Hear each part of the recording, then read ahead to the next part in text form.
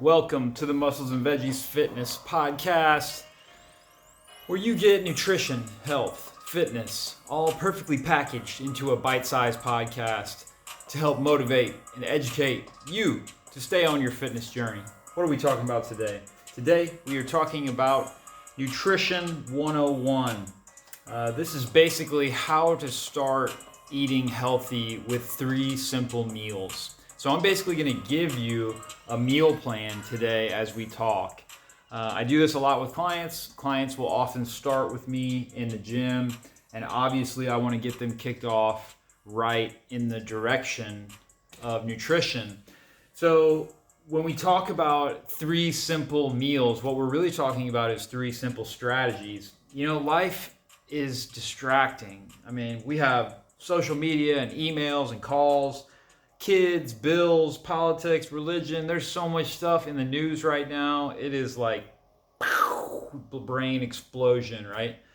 So with that distraction, sometimes it's hard to stay on track, and it's hard to really dial in consistency when it comes to nutrition. Not to mention on the weekends, maybe we're getting together with family, maybe we're getting together with friends, social gatherings. How do we stay on track with with these lifestyle things happening at the same time? So that's where I find that this strategy we're going to go into today really helps people. I'm going to try to keep this podcast brief, but what I want to focus in on first is, in a previous episode, we talked about owning your Monday through Friday. And that was one of my rules, one of my 5 keys to success with a client that's starting out with me.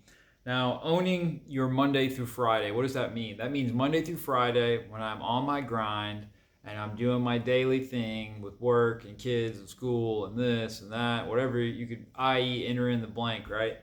That means that I basically do the same thing over and over again with just slight variations of food on the Monday through Friday grind. So these go along with some other rules that I talked about in that previous podcast, like going to bed with an empty stomach and stop eating after 7 p.m. So no calories from food or drink after 7 p.m. Also comes along with that is making your fasting window longer than your feasting window. So this means we're going to eat between the hours of anything after 7 a.m. all the way till 7 p.m.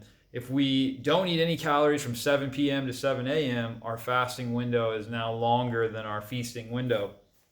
And this is consistently shown over time to keep people from gaining weight, to keep people from metabolic problems, especially when it comes to detox. It's really beneficial to keep that fasting window longer than your feasting window.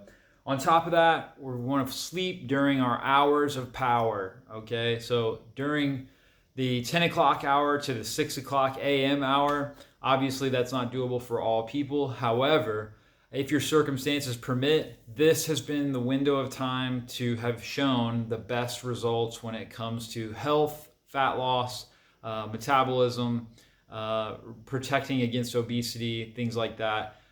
When you look at shift workers, oh my goodness, shift workers have the highest mortality rate of all different classes when it comes to sleep. And they're more susceptible to type 2 diabetes, they're more susceptible to obesity, and it's literally circadian rhythm dysfunction. So these are some of my rules. Owning your Monday through Friday, obviously keep your fasting window longer than your feasting window. Go to bed between 10 and 6 if you can. And then no calories after 7 p.m. from either alcohol, food, drink, anything, okay? Now that we've got that clear, I want to talk about these 3 meals, all right? And I call it something simple to keep in your mind: smoothie, salad, roasted. Smoothie, salad, roasted. Every morning, Monday through Friday, we get up, we make a smoothie. What does this smoothie entail? Well, I use a product called Medibolic or MediClear from Thorne. It's a pea protein isolate, really good protein source. But along with that, I don't have to pop any pills or multivitamins or anything. This is chock packed full of everything that I need. It's got a mineral complex, so it covers all my daily minerals. It's got a vitamin complex, so it covers all my B vitamins, vitamin C, vitamin D, folate, like everything across the board is covered. And then it's also got an herbal blend that specifically stimulates in metabolic, the metabolism. In MediClear, it stimulates detox. So both of these protein powders, my clients and I use to facilitate either someone who needs to work on getting a faster metabolism or somebody who needs to probably work on detox, which that's all of us. We all need to work on detox. So that's the Metabolic and MediClear from Thorne.com. And if you've been listening to my podcast, we talk a lot about Thorne.com and Thorne supplements because they are the bomb.com. So check them out. I've got a link in the description that you can get 25% off all their products all the time as being a client of mine. If you want to join that list, all you have to do is shoot me your email. But the smoothie consists of that Metabolic or MediClear, a cup of blueberries. I may throw in a carrot some days. And I also throw in spirulina, creatine, and then stevia. Most of the time my base is water. Every once in a while, if I'm needing calories, I will pack in there coconut water or even coconut cream sometimes. It is so good. It's like a blueberry milkshake is how I like to describe it. A lot of my clients will make this in different ways. Some of my clients actually use greens, so like kale and spinach and things like that. Some of them use greens powders. Look, the bottom line is it's got to be enjoyable. It's got to be something that you look forward to going out the door, taking this to work with you and sipping on this for the first few hours of the day. But why is that so important? Well, because remember, we haven't ate any calories from 7 p.m. to 7 a.m. And so a smoothie really helps still give digestion a break. Believe it or not, we consume and burn up to 30% of our calories just digesting our food. So digestion takes away from a lot of energy that we actually make. So if you think about that, if we can get pre-digested food every day in one of our meals, that frees up 30% of the energy in that morning for us to start our day because we're not using energy to digest that food. So that's why I think the smoothie is so important. The other reason is because if you're using the right products, you can cover a lot of nutrition to start your day. And guess what else you're doing? You're hydrating along with that meal, that nutrition. So we're like doing a lot of things at once here. We're loading with micronutrients, antioxidants, polyphenols, all these good nutritional compounds. But then we're also hydrating the body at the exact same time, all while giving digestion a break. Do I need to go on any further? I mean, come on. This is like the best thing that we can do is to have a smoothie in the morning. I could do a whole podcast just on the smoothie. So if you have any questions about how to get started, how to make your smoothie, how to get the metabolic, please just comment below. Reach out to me in an email, musclesandveggies@gmail.com. Muscles and veggies, all one word. But let's talk about the salad. So we've got smoothie, salad, roasted. The salad, I am not talking about the American salad of iceberg lettuce, croutons, cheese, and ranch dressing. I'm talking about a real salad. Chopped cucumber, chopped carrot, chopped tomatoes, a handful of spring mix that's chopped, maybe some kale, maybe some chard. I like to add some fruit to my salad. So sometimes I'll shave apple shavings into my salad. I often use berries almost every single salad. So cranberries, whether they're dried or fresh, always blueberries. Right now today I had fresh blackberries from right out back here. So this is a huge chunky 4-quart bowl salad. And then I also like to incorporate plant-based protein with this salad. So I don't always eat meat for lunch. So a lot of times I'll do pumpkin seeds, hemp seeds, flax seeds, walnuts, just to name what I had in my salad today. So the reason why is we get healthy fats, we get good sources of fiber, tons of micronutrients, and you usually end up getting about 20 to 25 grams of protein, sometimes even 30 in this salad from adding the right combinations of nuts and seeds. I like pumpkin and hemp the best because they're the most protein rich out of the seed family. So hemp seeds and pumpkin seeds are my two favorites there. This salad I usually have with just olive oil and white vinegar. I love it. It's delightful. Sometimes I'll use apple cider vinegar, especially if I'm combining more fruit with the salad. But man, it is delightful. And all my clients who have really started a routine of this have told me how much they really look forward to and enjoy the salad.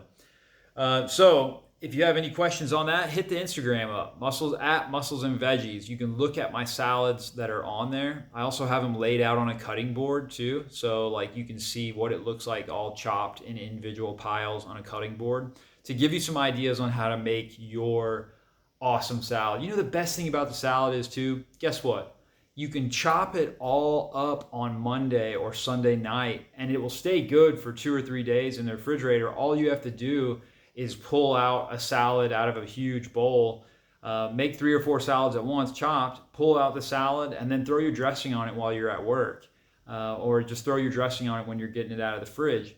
And that way it doesn't wilt, it stays fresh. Man, that's like the coolest thing about this big salad, especially during this time of the year. In the winter months, I do a lot more soups, a lot more stews, a lot more stuff like that. But especially spring, summer, and fall, I am doing up the salad gig. Most of the reason why too, because I grow my own salad materials, so that's also a benefit. So smoothie, salad is two no-brainers, right? Wake up every day, you make your smoothie. Pull your salad that's already chopped out of the refrigerator, throw it in a Tupperware. Maybe you throw an apple in with that or something like that to have alongside your salad. Boom, you're off. It's like I don't even have to think about what am I doing for lunch, what am I doing for breakfast. It's done, right? Only thing I have to think about is my roasted. That's my dinner. So this is where we focus on cooked food. So if you notice, we're almost raw all day, especially like if you're not doing meat at lunch, you're almost raw vegan all day because you're having a smoothie and then you're having the salad, right? Lots of benefits to that, but there's also benefits to cooked food. So at dinner is digestion is starting to slow down at the end of the day. So while digestion's ramped up really high during the mid part of the day, we've got all this raw food. And raw food is harder to digest than cooked food. So at the end of the day, it's nice to have cooked food when your metabolism is slowing down, digestion slowing down. And the reason I call it roasted is because roasted seems to really stand out as like delightful to most people coming out of the Western diet. Roasted Brussels sprouts and roasted sweet potatoes covered in olive oil and salt and pepper. This gives it a crispy edge with a soft inside. A lot of times it ends up having more of a French fry type flavor. So even kids and disgruntled husbands that don't want to eat healthy, they even like this type of stuff too. So a lot of times, what I'm thinking of when I think roasted is usually a veggie starch, and then some sort of wild-caught, grass-fed, free-range type meat source. So if you notice, it's not like I'm vegan, I'm not vegetarian, but I also don't eat a ton of meat either. Balance in all things, moderation. We can really learn a lot from these principles that we hear about in balance all the time. So, I can afford to eat wild-caught, grass-fed, free-range, the best of the best when it comes to meat sources. And I support, animal companies that treat their animals really, really well, and they're, animal welfare certified. So that way, because I'm only having it once a day, right? It's not like I'm having a ton of meat 3 times a day. And so by doing so, all I have to think about is, what am I thawing out tonight? What am I thawing out for my roasted? Is it going to be burgers tonight? Is it going to be chicken thighs tonight? Is it going to be wild sockeye salmon tonight? So that's all I have to think about is, what am I thawing out? And then I use an air fryer, or our oven actually also has an air fry feature.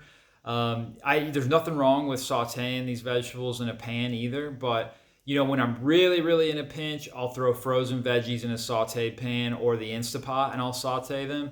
But, a lot of times the best meals when you got 20 or 30 minutes to chop up some quick Brussels, chop up some green beans, olive oil, salt, pepper, throw it in the oven for 30 minutes at 350.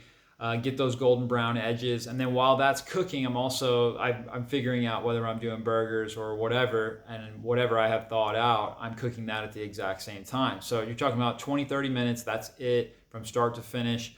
And then what you've got here is a super consistent, non-decisional fatigue meal plan. And why do I say non-decisional fatigue? Because decision fatigue is real. Like I said, we have lots of distractions, lots of decisions to make every day. The more that you can eliminate decisions on, like, what am I doing for breakfast? What am I doing for lunch? Well, I already have that planned out. I already know Monday through Friday, I do the same thing. I do my smoothie, I do my salad. All I have to worry about is what am I doing for dinner. Now, the more we can do that, the more it allows people to stay consistent, is what I've seen over time. So if anyone who's focused on macronutrients, like maybe you guys that track on MyFitnessPal or something like that, I always aim for about 33% of every macro: fat, carb, and protein. And the reason why is because we're talking about balance, right? So anywhere from 100 to 120 grams of protein is plenty enough for most people. Even the extreme athlete, I wouldn't take them farther than 150 to 180 grams of protein in a day. There's just no need for any more protein than that. Now, also, we have 150 to 200 grams of carbohydrate is about right for real food carbohydrates, right? Focus on that. And then finally, 100 to 130 grams of healthy fat from things like olive oil, coconut oil, butter, ghee, things like that. So this puts you right around 2,000 calories, give or take, depending on what range you're hitting here. And, we're focused on no refined flour, no added sugars, limiting dairy as much as possible, if not eliminating dairy, and then focusing on one ingredient foods. This is the foods from the deli, the foods from the produce section, not foods from boxes that normally have multiple ingredients in them. Give it 2 weeks. Give it enough time to let your body feel the changes that are taking place. Look for more things like these should be your symptoms, right? If you do this right, you should look for things like more energy, look for less energy crashes or swings through the day, better mood, better sleep, more frequent bowel movements, better skin, less digestive issues. Look, if you like what you're hearing on this podcast, do me a favor, share it with a friend or family member who's also struggling with a fitness journey, or who also is looking for optimization hacks on how to do things easier. But also visit thorne.com, shoot me your email, I'll put you on the email list. It'll get you 25% off on all Thorne products. But listen, tune in for another episode. Tell me what you want to hear. Shoot me a DM on Instagram or an email and tell me what questions do you have? What topics do you want me to cover on this podcast? This is Zach with Muscles and Veggies Fitness. Hope you have a wonderful day. Thank you for giving me your time and attention. See you next time.